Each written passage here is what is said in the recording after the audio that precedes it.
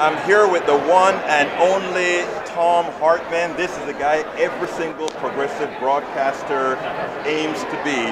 Thom, how are you doing today? I'm good. How are you, Egberto? I am doing just fine. I just came over and walked down here at Netroots, and who do I see at Free Speech TV but Thom? How are you doing today? It is great to see you. It's great to meet you in person. Well, it's great to see you and meet you as well. Let me ask you something. What do you think about the convention so far, the setup compared to other years? I have not yet actually had an opportunity to walk in and see anything. In fact, I haven't picked up my credentials yet because our booth is outside the convention. So, yeah, it's amazing. So I can't give you an opinion. But I tell you the good thing about it. The rundown looks great. Pardon my interrupting. Yeah, the rundown is actually great. I mean, I love what they have to offer. Interestingly, this is a different setup. Normally we would be in there on the main exhibit hall. They have us outside now. I think it works out better because the sound quality is a lot better. Oh, good. Yeah, you don't have big booming speakers. I remember that from a couple of years ago. We did our show, and I had to just get the mic right up against my mouth because the sound of speakers was, people speaking was coming. Absolutely. Now, Thom, I can't have you here and not ask you to tell us where you think the politics is now. Over the last week, it has changed. Yeah. What we're seeing is that the Democratic Party is being taken back by the Democrats. Right. Basically, FDR Democrats, LBJ Democrats without the Vietnam War, and essentially the Republicans are being pushed out of the Democratic Party. The DLC crowd and the New Dem coalition, right? The Caucus that Tim Ryan and those guys are parts of. In fact, Tim Ryan's reinventing himself as Sherrod Brown, which is pretty amazing, isn't it? Well, everybody's figuring out. I mean, and this is a good thing, actually. You want your politicians to say, "Holy cow, I've been doing the wrong thing. I'm going to change."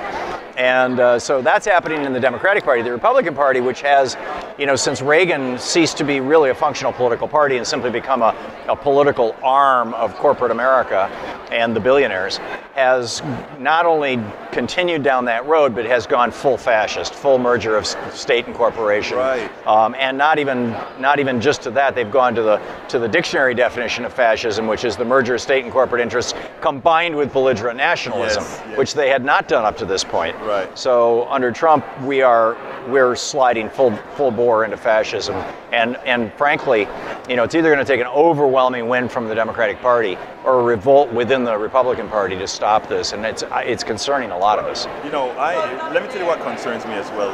This AOC Pelosi skirmish, if you will, has me concerned for one reason. It doesn't keep us focused on what we really have to focus on, but I think it's important that AOC at this point stands her ground, because I think Nancy has really been trying to marginalize these four representatives for a specific reason.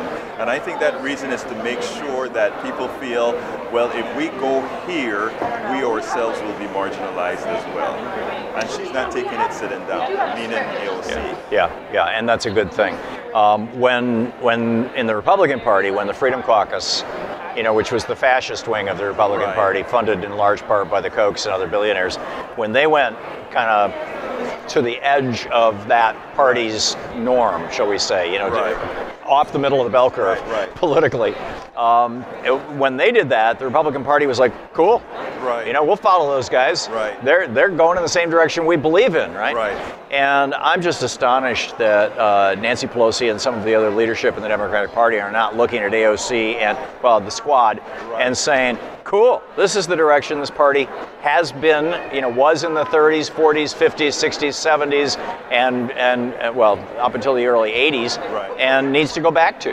Right. Well, I tell you what, I think that is some of the important work that we have to do, some of the important work that you are doing, and that is to keep the rank and file and the base abreast of what's really happening in the party, because it seems like we have this coalition, a Democratic Party, supposedly mainstream progressive media that really isn't all that progressive all of the time. Oh yeah. So I think that. Well, on some issues they're not. I mean, net neutrality. Have you heard any discussion of net neutrality about that? Yes. On television? And television is no.